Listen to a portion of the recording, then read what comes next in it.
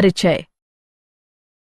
हम जड़, तना, पत्ती, पुष्पक्रम और पुष्प के लक्षण, प्रकार, रूपांतरण और कार्य की चर्चा पहले ही कर चुके हैं। अब हम बीजाणु जनन, युग्मक जनन, परागण, निषेचन, फल और बीजों का अध्ययन करेंगे। उद्देश्य: इस पाठ के अंत में आप निम्न करने में सक्षम हो जाएंगे: बीजाणु जनन को समझना, परागण की पहचान करना, निषेचन के बारे में समझना, फल की विशेषताएं जानना, फल के प्रकार जानना, बीज की विशेषताएं जानना, बीज के प्रकार जानना, बीजों के अंकुरण का अध्ययन करना, बीजों की किशोरावस्था का अध्ययन करना, एक प्ररूपी पुष्पी पादप का अर्ध तकनीकी विवरण समझना, कुछ महत्वपूर्ण कुलों का वर्णन करना।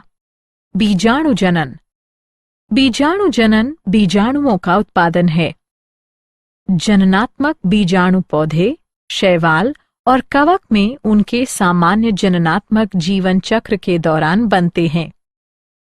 प्रसुप्त बीजाणु कुछ कवकों और शैवालों द्वारा मुख्य रूप से प्रतिकूल वर्धन दशाओं की प्रतिक्रिया में बनते हैं।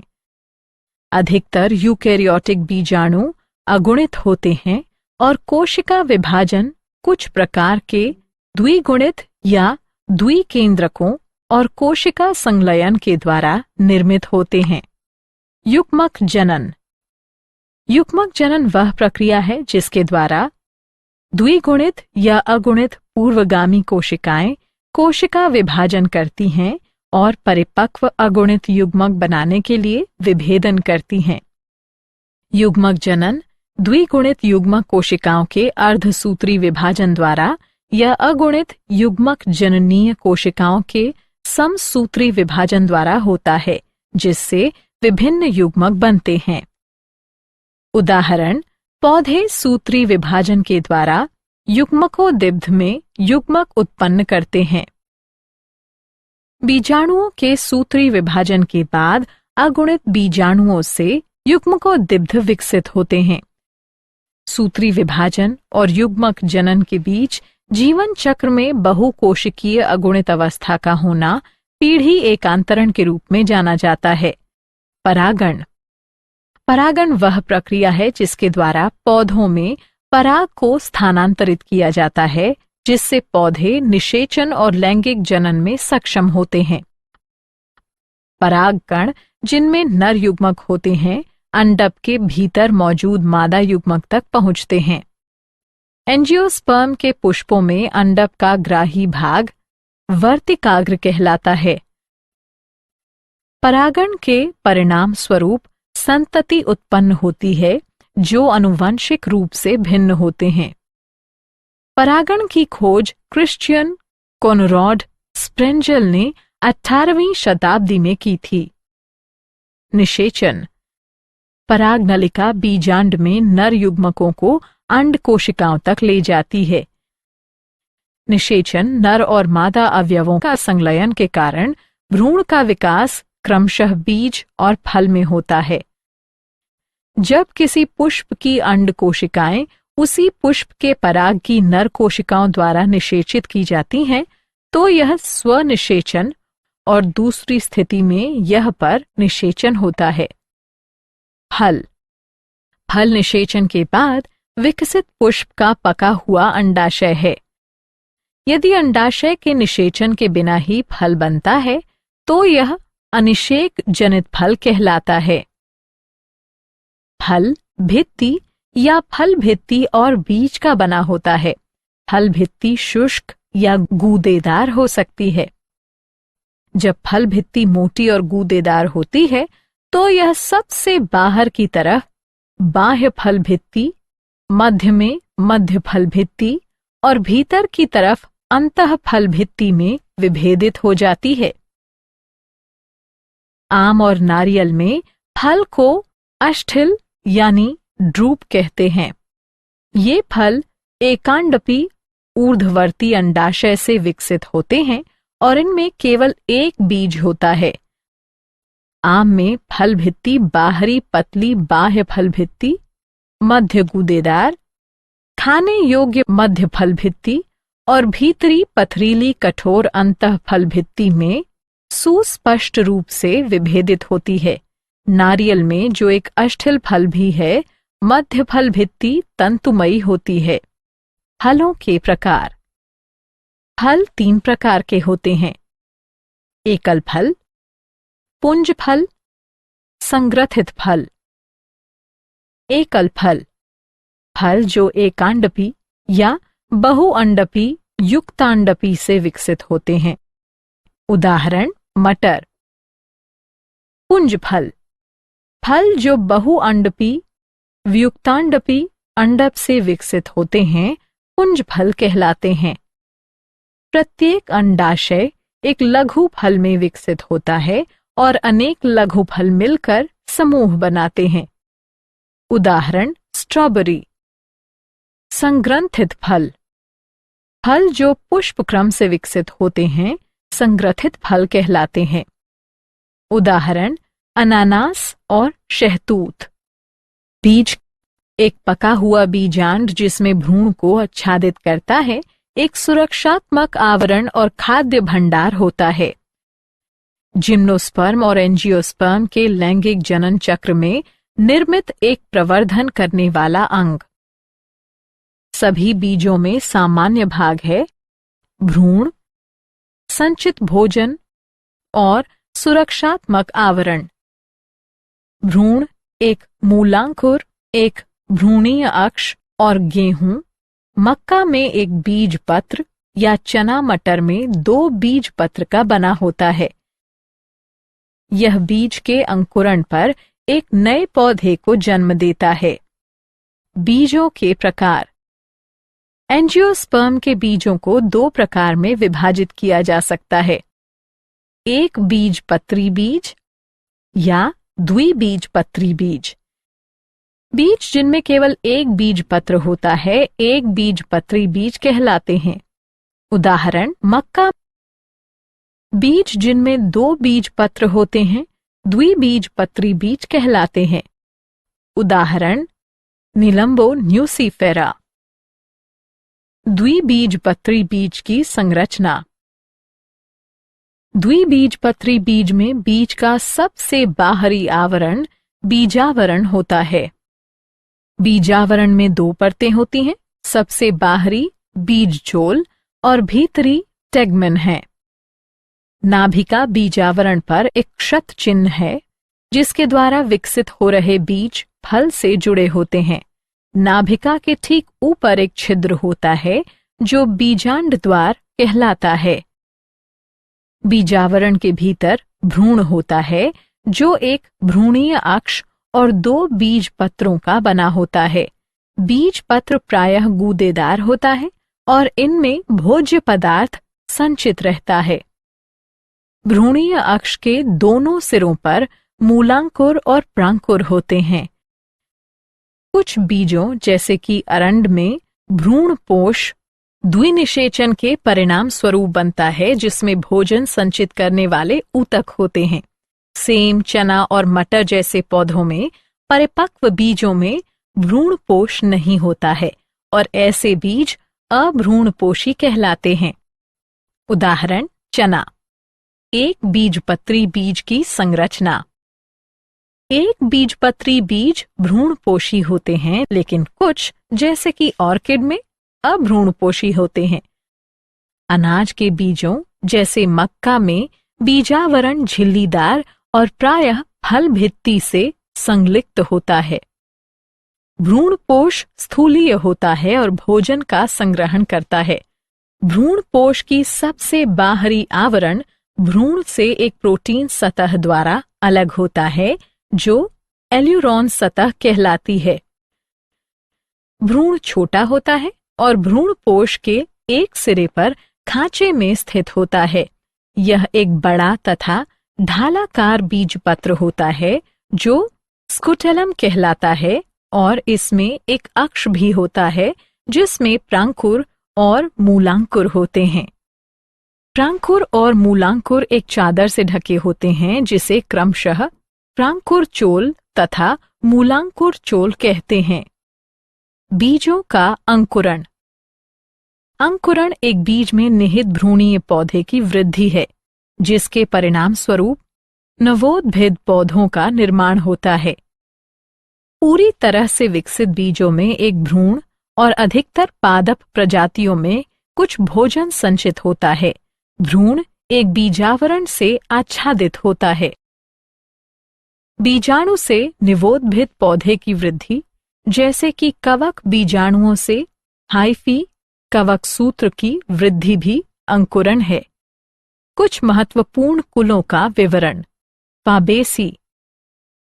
यह कुल पहले पेपिलियोनोइडी कहलाता था। यह लेग्यूमिनोसी कुल का उपकुल है। यह सारे विश्व में पाई जाती है। वर्गीकृत स्थान। जगत वनस्पति जगत। उपजगत फनेरोगेम्स। प्रभाग द्विबीजपत्री। वर्ग पॉलीपेटली। श्रेणी कैलिसिफ्लोरी। गण रोजेल्स। कुल लेग्यूमिनोसी। उपकुल पेपिलियोनेसी। कुल फबेसी। कायिक अभिलक्षण। वृक्ष, झाड़ी, शाख, मूल ग्रंथियों सहित मूल। तना सीधा या आरोही। पत्तियां एकांतर, पिच्छाकार संयुक्त या सरल, पर्ण आधार, तल्पयुक्त, अनुपर्णी, जालिका, शिराविन्यास। पुष्पी अभिलक्षण। पुष्पक्रम असीमाक्षी। पुष्प उभयलिंगी, एक व्यास सममित। कैलिक्स बाह्य दल 5, संयुक्त बाह्यदली, कोरछादी, पुष्पदल विन्यास। कोरोला दल 5, पृथक दली, पेपिलियोनेसियस। एक पश्चमानक, 2 पार्श्वीय पंख, 2 अग्र होते हैं जो एक नोतल बनाते हैं। संलग्न पुंकेसर और स्त्री केसर। वैक्सिलरी पुष्पदल विन्यास। उमंग 10, द्विसंघी परागकोश द्विकोष्ठी।